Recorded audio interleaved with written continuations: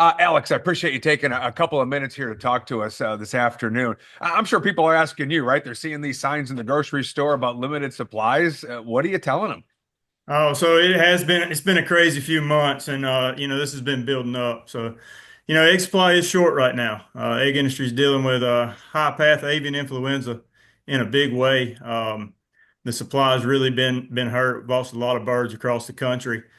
Been fortunate right here Yeah. at our farm, but yeah, it's definitely affected a lot of producers. Your family's been doing this, the egg business, what, for 100 years now.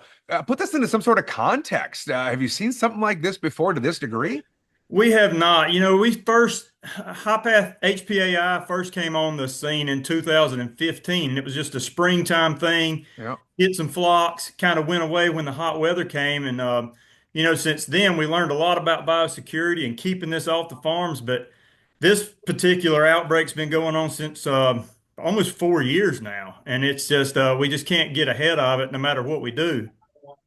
Knocking on wood, you said your flocks are healthy right now, but I mean, how fearful are you? Do you wake up every day worrying about this? Oh, we pray about it every day here. It's a big fear. We used to think that we could beat it just with biosecurity, and biosecurity just keeping things off the farm. A fine line of separation from stuff coming in from outside. Yeah. And we used to think we could beat it like that, but we've seen some of the most stringent biosecurity plans in the country fall to this. So now that's just not enough right Mhm. now. So we're just saying our prayers. We're doing everything we know to do, and just being as diligent as possible. Yeah, that's the thing. A few years ago, we might have come out to your operation and talked to you in person, right? But that wasn't really an option right now. Describe a little bit more about how just the day-to-day operations have changed. Yeah, so like you said, I would love to had you out here on the farm. I love showing people my farm. I used to love to do All tours for right. school groups. There was nothing better than that to see little kids. Now it's essential personnel only. If you needed to come to my farm for a specific reason, we'd have to wash your vehicle in and out. Um, to go in the chicken houses is a whole nother level. All the clothing is washed and sanitized on site. Foot baths to go in. Mm. So it's changed the way we do business a lot. We've gotten used to it now, but it doesn't make it any easier on a day-to-day basis. So do you have to test birds every so often? How does that part of it work?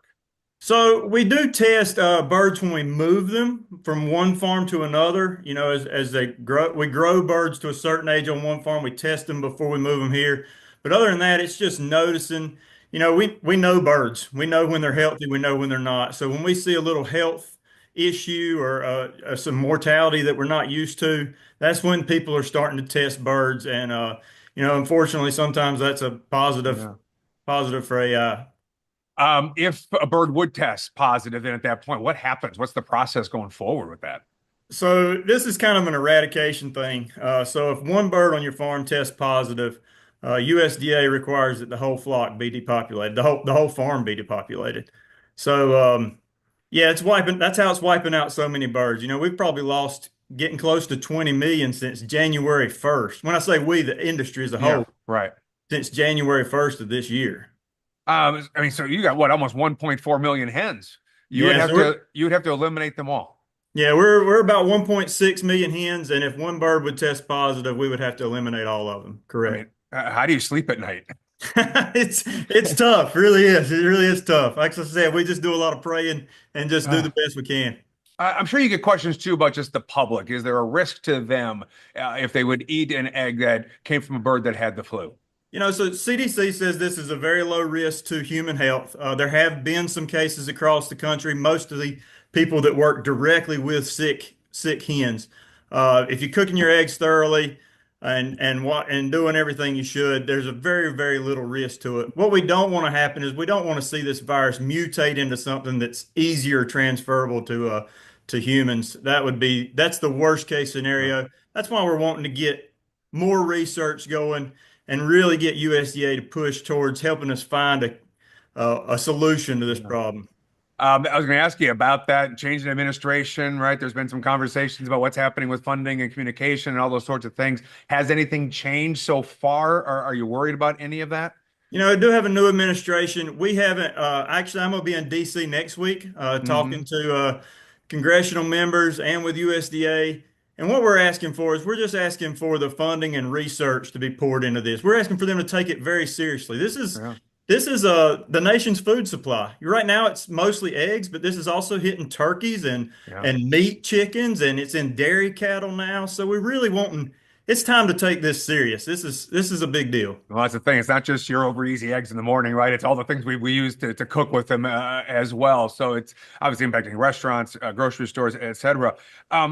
Alex, with shortages across the country, are you hearing from more potential customers who say, "Hey, can you help us? Do you have some supply?" So we get calls every day, and unfortunately, even some of our stores are running out here in the Charlotte area. So you'll see empty shelves in the grocery store, and that's because North Carolina we import a lot of our eggs from other parts of the country, and the other parts of the country have been affected pretty hard. So Mhm.